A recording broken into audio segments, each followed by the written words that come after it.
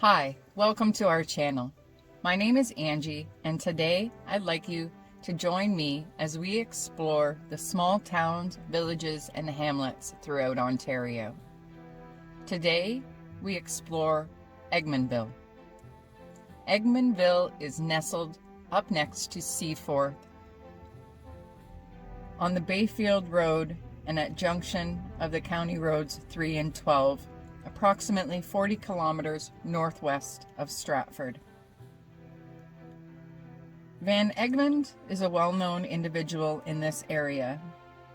After his service in the Napoleonic Wars, Colonel Anthony Van Egmond, a Dutchman, came to Upper Canada to build on the Huron Road from Guelph to Goderich for the Canada Company. He settled in Huron County in 1828 and became a major landowner on the Huron tract. The Canada Company built a dam and mill just east of Egmondville in 1833 to promote the settlement and promised Van Egmond a 200-acre site for a school, a church, and a new settlement. Van Egmond proceeded at his own expense to clear the land, built the school, and hired a schoolmaster. Between 60 and 100 families moved to the area, but the Canada Company refused to give Van Egmond the land he had been promised. Van Egmond then stood unsuccessfully as a reform candidate for election to the provincial legislation in 1835. He then became a strong supporter of William Lyon Mackenzie and led the rebel forces in the skirmish at Montgomery Tavern in 1837. He was imprisoned in Toronto and died while awaiting trial. Van Egmond's son owned the grist mill, flour mill, and distillery and had the largest house in the community.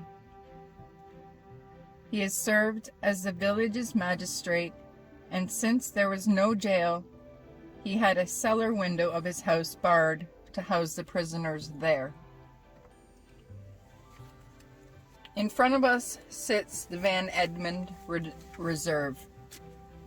Built by the eldest son of Colonel Anthony Van Egmond in 1846, it represents an example of the Georgian architecture and classical revival styles. The house was restored with assistance from the Ontario Heritage Trust. The bricks were handmade on the property. Their variance in color and exterior walls is to indicate that the home was built over an extended period of time. The house and the grounds were saved in the early 1970s from demolition for a housing development and was rescued by a group of community volunteers. Funds were raised to purchase the property and restore it to how it might have been in 1867. It was recognized by the Ontario Heritage Property, and the signs indicate the direction of travelers to the reserve. The province of Ontario supported the restoration of the property and will become its owners should the local Van Egmond Foundation discontinue its work to ensure the property is safe and open to the public. In the summer, you can join them here for special events where they continue to raise funds to ensure they can maintain this house and the history that goes along with it.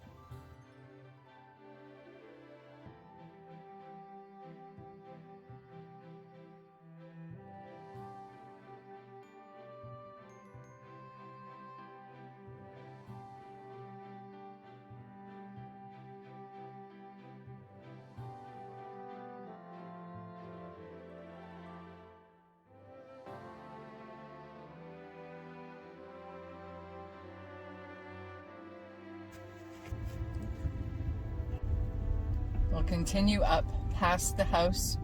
You can see to the right was the original carriage house, and even farther off to the right is a memorial center in which they've established some artifacts and historical pictures. property is very prominent and sits very proud at the top of the hill as you enter Egmondville.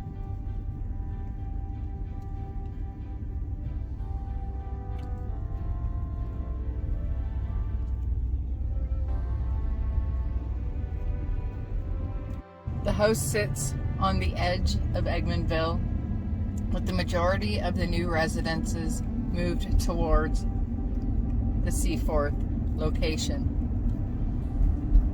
Here is the Egmondville Bridge,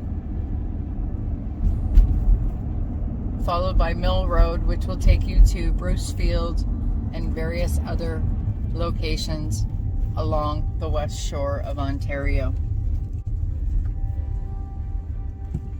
We'll make one more quick pass through Egmondville as we pay our respects to Anthony Van Egmond and the community that he built. You can see the sign to the right as we pass the Van Egmond Reserve House on the left. We up the hill and straight ahead of us in the distance you can see the lights of Seaforth.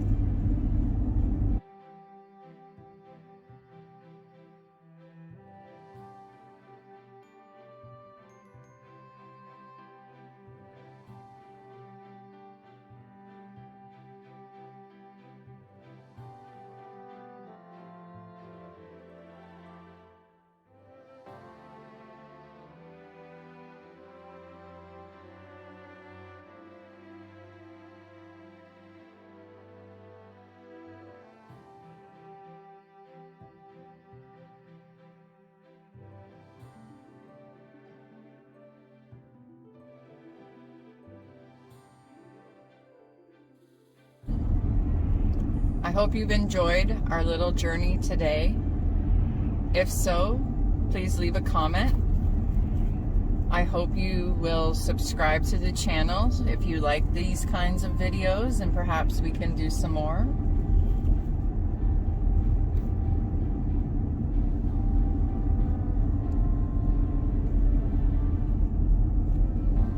Thanks again for joining me.